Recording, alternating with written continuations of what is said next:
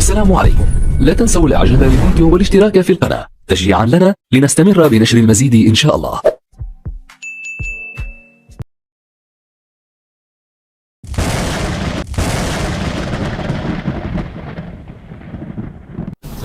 بسم الله الرحمن الرحيم. السلام عليكم ورحمة الله وبركاته.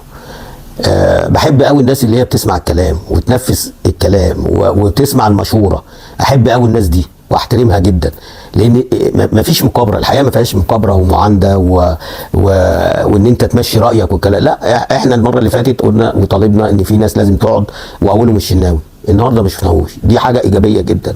والنهارده على فكره مصطفى شوبير طلع في واحده الشوط الاولاني، اعتقد ان لو كان الشناوي كان هيفضل واقف على الخط، على خط المرمى، ما كانش هيخرج. انما ده توقع ان محمد عبد المنعم هيقلش وقلش، والراجل اللي هو الفيرود بتاع المقاولين كان رايح، لولا ان هو واخد الخطوتين وقايم بدور الليبرو وتوقع قلشه محمد عبد المنعم، اعتقد ان الكره دي كانت هتبقى هدف لو الشناوي كان موجود. وفي واحده الشوط الثاني اتشاطت مباغته زي اللي اتشاطت في ماتش سان داونز، لو الشناوي كان موجود كان ممكن يلم ايده. فلا، شوبير صدها وقام كمان يعني بيأمن عليها ومسكها وخلاص وادى. فاذا ان الراجل عنده امكانيات. ايه المشكله لما ده يقف وده يقف؟ ايه، تكسب الاثنين، يبقى عندك جونين ومصر عندها جونين. وبعدين الميزه كمان في شوبير ان هو برجليه بيلعب برجليه احسن من الشناوي. دي حقيقه محدش ينكرها يعني. على العموم فبحب الناس اللي بتسمع الكلام. فبدا النهارده الشناوي، وبعد كده علي معلول وحسين الشحات وبيرسي تاو وعندك صلاح محسن. ما لعبوش الناس دي، ريح ومروان عطيه، واخد بالك. فالناس دي لما هترتاح هترجع احسن من الاول، وهتعرف ان المكان ده ملوش كبير. يا اما تجتهد وتموت نفسك عشان يرجع فريق النادي الاهلي بادائه وتميزه اللي كان عليه قبل كده. دي حاجه. تاني حاجه ان هو بدا بتشكيل انا شايف ان هو تشكيل مثالي ما عدا موديست بصراحه. يعني انت مصمم عليه ليه؟ انت عايز تديله؟ طب الراجل جات له واحده النهارده في السكس يارده، حط ببطن رجلك يا عم، هات الجون الاول وبعد كده اعمل فيها البهلواني ابن العفريت.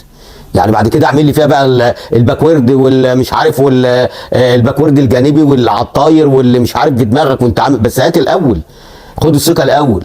وبعدين المشكله ان انت جسمك واقف، انت عامل زي اللوح الكونتر واقف، ما عندكش لا مرونه ولا رشاقه ولا اي. اللي يعمل حاجه زي كده لازم يكون عنده مروقه ورشاقه ويعملها. انما انت كاتب نفسك عامل زي الراجل الالي ازاي يعني؟ وبرضه مصمم عليه. طب ما عايزين نشوف صلاح محسن، ادي لصلاح محسن اللي انتوا ذبحتوه، واخد بالك، ونشوفه في ماتش زي ده. المهم يعني فبدا قلنا بالتشكيل مصطفى شوبير، وقدامه عبد المنعم، وقدامه ياسر ابراهيم، وناحيه الرايت محمد هاني اللي انا بقول له يا محمد، انت بمجرد ما اكرم يرجع بتتكهرب ليه؟ انت امكانياتك اعلى من اكرم، خدها مني، انت كامكانياتك اعلى من اكرم، بس انت ما عندكش ثقه في نفسك. انت بتبقى كويس لما اكرم بيبقى مصاب وعارف ان هو مش قاعد لك على الدكه او ان هو خلاص راجع، بتبقى كويس قوي. انما المشكله ان اول ما بيرجع ما اعرفش بتتكهرب وتتوتر وتبقى مش شايف. ليه يا عم؟ ده انا بقول لك، انا اللي بقول لك اهو، رضا عبد العال اللي هو العبقري بيقول لك انت امكانياتك في الباص والكروس احسن من اكرم توفيق. وماليش دعوه بقى يضربوا دماغهم في الحيط. هو اكرم توفيق ده ينفع ان هو مثلا يلعب في خناقه، عايز تلعبه لعبه في خناقه زي بتاعه سان داونز، بس يلعب في نص الملعب، ما يلعبش على الطرف، لان لا بيعرف يعمل كروس ولا بيعرف يشوط على الجون ولا بيعرف يعمل سرور على الجون. هو كله عايز الخناقه، تك تك تك تك. ماشي، حطه في نص الملعب، حطه مكان ديانج، مكان اكرم، مروان عطيه، مكان ما اعرفش كوكا، ماشي. انما الحته اللي على الطرف دي عايزه ناس لعيبه كوره. فبقول لك يا محمد يا هاني، خدها مني، انت امكانياتك اعلى منه، بس انت بجبنك وخوفك وتوترك هو اللي بيخليك تبقى بالشكل ده. ماشي يا عم. طيب نص الملعب بقى كوكا وامام عاشور وكان قفشه، وقدام طاهر محمد طاهر، وكان احمد عبد القادر، وبعد كده الراجل اللي اسمه موديست ده. ماشيين وممتلكين الملعب، والمقاولين لا حول لا ولا قوه غير الكره اللي انا قلت لكم عليها الشوط الاولاني دي. مصطفى شوبير ما اختبرش خالص الشوط الاولاني، الشوط الثاني اختبر في الشوط اللي انا بقول لك عليها دي بس. وبعد كده ضربه الجزاء، وبعد كده هم عايزين ضربه الجزاء الثانيه في ايد ديانج. لا بصراحه ايده جنب جسمه، ولا مفروضه ولا الاولانيه ايده مفروضه تتحسب. فيعني النادي الاهلي بكل المقاييس يكسب النهارده، وهيكسب، لان برضه بيلاعب فرقه ملهاش اي انياب، مع كل الاحترام طبعا. وعايز اقول لاداره المقاولين الحق وغير العتبه عشان الفرقه هتقع، لان الراجل بيجامل في ابنه وابن احمد حسن وكذا واحد كده. يعني احنا مش رايحين مثلا نلعب دوره رمضانيه عشان نجامل، يعني ده انت في موقف حرج يعني، واخد بالك. وبعد كده يعني الراجل اللي شال الفرقه مشي، اللي اسمه معتمد جمال، ده من الناس المحترمه اللي هو بيعرف كوتش، ده بقى مدرب. ده مدرب بيعرف يحتوي اللعيبه، بيعرف يعمل برنامج، بيعرف انما ماليش دعوه، انتوا احرار. بس هو انا من وجهه نظري هو قدم استقاله راجل محترم، لان شايف المركب بتغرق وهو مش عايز يغرق معاه. المهم يعني، فده كلمه للمسؤولين في نادي المقاولين قبل فوات الاوان.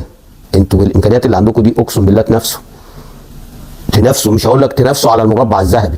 ملاعب عندكم، صالات على اعلى مستوى، لعيبه على يعني مش عارف، ده انتوا احسن ناشئين في مصر، واخد بال حضرتك. انما اللعيبه اللي بتيجي دي اقسم بالله ده بيلعبوا في دماغكم، بيضحكوا عليكم يعني. انما لو ناشئين المقاولين احسن ناشئين في مصر ناشئين المقاولين يعني. على العموم دي كانت رساله مني ان انا بوجه لنادي المقاولين ان انت الحق قبل فوات الاوان. ماليش دعوه بقى تقعدوه تدوا له الثقه بتاع، بس المقاولين في خطر، لان المجاملات على عينك يا تاجر. وان راجل زي معتمد جمال ده يسيب الفرقه، لا، في ان اقعدوا مع معتمد وقولوا له انت مشيت ليه، ويعرفوا بما يرضي الله. انا مش بقول لك انا عايز اعرف ولا لا، انتوا يعني لازم تلحقوا وتحوطوا على الفرقه يعني. انما كده بالشكل ده، شوف انت من اول الموسم لغايه دلوقتي انت شكلك عامل ازاي. هتقول لي تعادلنا مع الزمالك انتوا لازم تكسبوه في الظروف اللي هو فيه ده. على العموم برضو عايز اوجه رساله للمعلقين. يا عم الاهلي مش عايز انك تجامله، والله النادي الاهلي يعني مش عايز حد يجامله، فيا ريت تخفوا شويه عشان احنا اتخنقنا. يعني احنا عايزين نتفرج ونسمع كوره بدون اي حاجه. يعني انت النهارده مثلا الكوره جايه لموديس لازم يجيبها جون، ده انا وحياه ربنا لو جد اللي عنده 87 سنه لو اديته الكوره دي كان هيجيبها، واخد بالك. فده عمال يقول لك ايه، كانت المكنه هتطلع حرير، ويجي على واحد زي امبارح محمد عبد الغني يقول لك ايه، لا ده الغلطه غلطته. انت ما بتشوفش، ما الغلطه جت في شادي حسين ورجعت، جت في عبد الغني ورجعت للراجل، وجت في رجل حسام وغيرت اتجاه. لازم تدخل عشان جمهور الزمالك يفضل يكره محمد عبد الغني. فانت النهارده تقدر تتكلم على موديست كده؟ لا، يقول لك ده المكنه كانت هتطلع حرير. يا جدع حرير ايه؟ ده طلعت زباله، ده الكوره بتاعته دي طلعت زباله. ده لازم كان الراجل اللي هو قاعد بره ده كان لازم يغيره. ما تفرضوش على جماهير الاهلي، لانك انت يا عم كولر هتمشي بسببه. فانا بتمنى بقى من الناس اللي ماسكه الموضوع بتاع المعلقين ده، لا نبهوا عليهم. لا النادي الاهلي محتاج يتجامل، ولا اي نادي في مصر محتاج يتجامل. فنخف شويه عشان احنا اتخنقنا. وبقول برضه لابراهيم نور الدين النهارده اي لمسه وهمسه فاول للاهلي.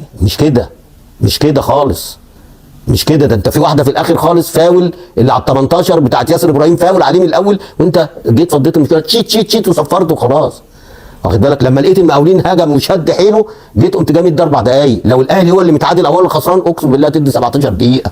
17، انا بقول لك يا ابراهيم يا نور الدين هتدي 17 دقيقه. نخلي فيه ضمير شويه، وانسى موضوع الفانيلات وانسى موضوع النادي، واخد بالك. يا اما بقى تقعد جنب محمد الحنفي والصباح، ما توجعش قلبنا بقى، لان احنا خلاص الناس كلها بقت فاهمه الكوره، والناس كلها بقت تصيع في الكوره وفي التحكيم والكلام ده. فيا ريت بقى تخفوا شويه عشان ايه شكلكم بقى وحش. ماشي، ومبروك للاهلي. والاهلي لو مشي ولاعب مصطفى شوبير ولاعب الدبيس ولاعب كريم اللي هو بقاله من ماتش المصري اللي هو جاب فيه جول وما رجعش الا النهارده، ما رجعش ليه؟ ما حدش يقول له مصاب، بس هو الحاكم بامره هو اللي بيلاعب وما بيلعبش. وعلى فكره يعني انا قلت وهفضل اقولها، هو مدرب اقسم بالله النادي الاهلي كبير عليه من هنا ليه. بس المشكله ان هو هيقول لك ده بياخد بطولات، والله الاهلي ياخد بطولات، هو راجل محظوظ ان هو خد كام بطوله. بس يرجعوا بقى ان انت في شهرين خسرت بطولتين. ركز بقى في افريقيا، سيبك من الدوري كده مبروك للاهلي. انا بقول لك لو لاعب كمان حتى مش كوكا، لو لاعب 7 اب هيكسب.